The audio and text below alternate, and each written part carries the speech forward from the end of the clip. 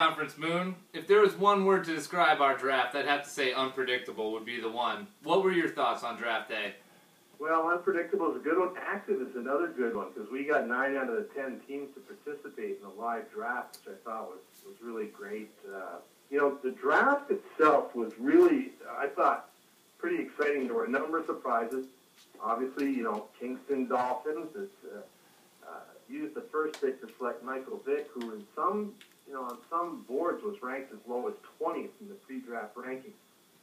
But, who can forget the guy almost tossed up a 50-point game last year, and I think the Dolphins are hoping for more of the same. Another surprise was that no one had the resolve or the guts to pick Chris Johnson in the first round because he hadn't signed when we had our draft, so Little Indians were able to pick him up with the 10th pick, and that could be the pick of the year. A few oddities, including a kicker going in the 4th round, and the auto draft picking 3 tight ends for Maine Tides, which Yahoo's got to get that straightened out in the future.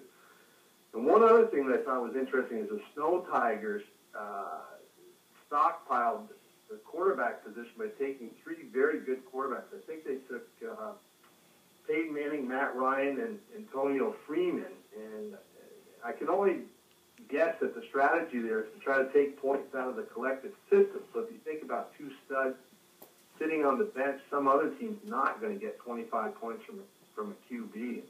If that works, we might see that as a future trend. I don't know if people will be stocking up 3 QBs anytime soon in general, but I do like your take on that. Now, there was probably a couple picks. Well, I had one other thought on that. If you look around at our conference, one thing is that the starting lineups for everybody are very good, and I think it could be a dog. Well, I don't want to say dogfight to the Michael Vick, but it could be a real family. Well, I don't want to say family brawl to the Cedric Benson, but you guys know what I mean. It could be a race to the finish. Yeah, that's it. A race to the finish. It's going to be interesting and competitive. Now, you were looking really confident on draft day, but were there any picks that you made that now you're kind of looking at you regret a little bit? Well, there's not any picks that I made that I regret, but I really do wish that I was able to draft Sebastian Janikowski. I mean, he's just about my favorite player in the league. I mean, in a sport where every other guy is built like a cyborg, to have the gut he has and make millions of dollars, well, you just got to love that guy. So I might have to propose a trade with Reynolds Wrap. I don't know, maybe I'll do a 2-for-1. I got to get Sebastian. Well, I'm hearing a veto on that one. Yeah, big time veto. You're not getting him. Hey, 450-yard field goals last year. I mean, he's the man. There's no doubt. Everybody loves a drunk Polish guy kicking field goals and making money. That's for sure. Mooner, would you like to step up to the bully pulpit right now and deliver a message to the league, as commissioner, and really set a tone for the rest of the season here?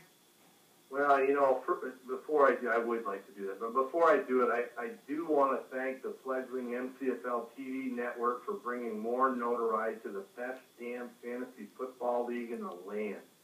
When we started this league 5 years ago, the founding fathers never envisioned a 20-team league, a waiting line for the opportunity to own and manage a team, $1,000 in donated prize money, or our very own television network. But I think that now that we're here, we should begin to explore bringing an MCFL fashion line into the marketplace. And the first product I see is one that has the MCFL initials printed across the rear end of a pair of pink sweatpants. And having seen a lot of fashions at the mall, I think that would be a big seller. What do you guys think about that? I look forward to that. Yeah, I think that'd be a big hit.